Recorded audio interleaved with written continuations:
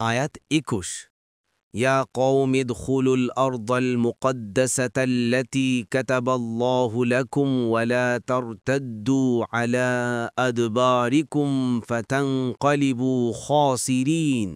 অনুবাদ: হে আমার সম্প্রদায়, আল্লাহ তোমাদের জন্য যে পবিত্র ভূমি লিখে দিয়েছেন তাতে তোমরা প্রবেশ করো এবং পশ্চাৎপসরণ করো না, করলে তোমরা ক্ষতিগ্রস্ত হয়ে প্রত্যাবর্তন করবে।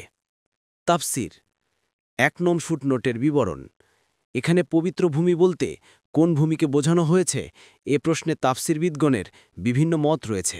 কারো মতে বাইতুল মুকাদ্দাস, কারো মতে কুদস শহর ও ইলিয়া, এবং কেউ কেউ বলেন আরিহা শহর, যা জর্দান নদী ও বাইতুল মুকাদ্দাসের মধ্যস্থলে বিশ্বের একটি প্রাচীনতম শহর, যা পূর্বেও ছিল এবং এখনও আছে। কোন কোন রেওয়ায়েতে আছে যে পবিত্র ভূমি বললে দামেস্ক ও ফিলিস্তিনকে এবং কারো মতে জর্দানকে বোঝানো হয়েছে।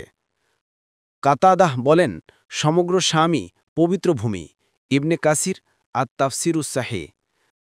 আল্লাহ তাআলা মুসা আলাইহিস সালামের মাধ্যমে বনী ইসরাইলকে আমালেকা সম্প্রদায়ের বিরুদ্ধে জিহাদ করে শাম দেশ দখল করতে বলেছিলেন। সাথে সাথে এ সুসংবাদও দিয়েছিলেন যে এ পবিত্র ভূখণ্ড তাদের জন্য লিখে দেয়া হয়ে গেছে, কাজেই তোমাদের বিজয় সুনিশ্চিত।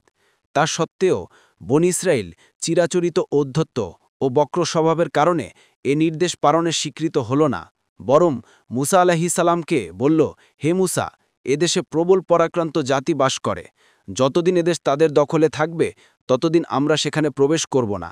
যদি তারা অন্য কোথাও চলে যায় তবে আমরা সেখানে যেতে পারি। বিভিন্ন তাফসিরে এসেছে তখন সিরিয়া ও বাইতুল মুকাদ্দাস আমালেকা সম্প্রদায়ের দখলে ছিল। তারা ছিল আদ সম্প্রদায়ের একটি শাখা। দৈহিক দিক থেকে তারা অত্যন্ত সুঠাম, বলিষ্ঠ ও ভয়াবহ আকৃতির বিশিষ্ট ছিল। তাদের সাথে জিহাদ করে বাইতুল মুকাদ্দাস অধিকার করার নির্দেশ মুসা আলাইহিস সালাম ও তার সম্প্রদায়কে দেওয়া হয়েছিল। মুসা আলাইহিস সালাম আল্লাহর নির্দেশ পালনের জন্য বনী ইসরায়েলকে সঙ্গে নিয়ে শাম দেশ অভিমুখে রওনা হলেন। কিন্তু বনী ইসরায়েল যেখানে নবীর কথা হয় প্রতি কর্ণপাত করল না, সেখানে তাদের উপদেশের আর কি মূল্য? তারা পূর্বের জবাবেরই আরও বিশ্রীভঙ্গিতে পুনরাবৃত্তি করে বলল, আপনি এবং আপনার আল্লাহ উভয়কে যুদ্ধ করুন, আমরা এখানেই বসে থাকব। কথাটি অত্যন্ত বিশ্রী ও পীড়াদায়ক। এ কারণেই তাদের এই বাক্যটি প্রবাদ বাক্যের রূপ পরিগ্রহ করেছে।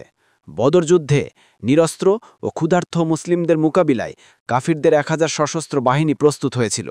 রাসূল সাল্লাল্লাহু আলাইহি ওয়াসাল্লাম এ দৃশ্য দেখে আল্লাহর দরবারে দোয়া করতে লাগলেন।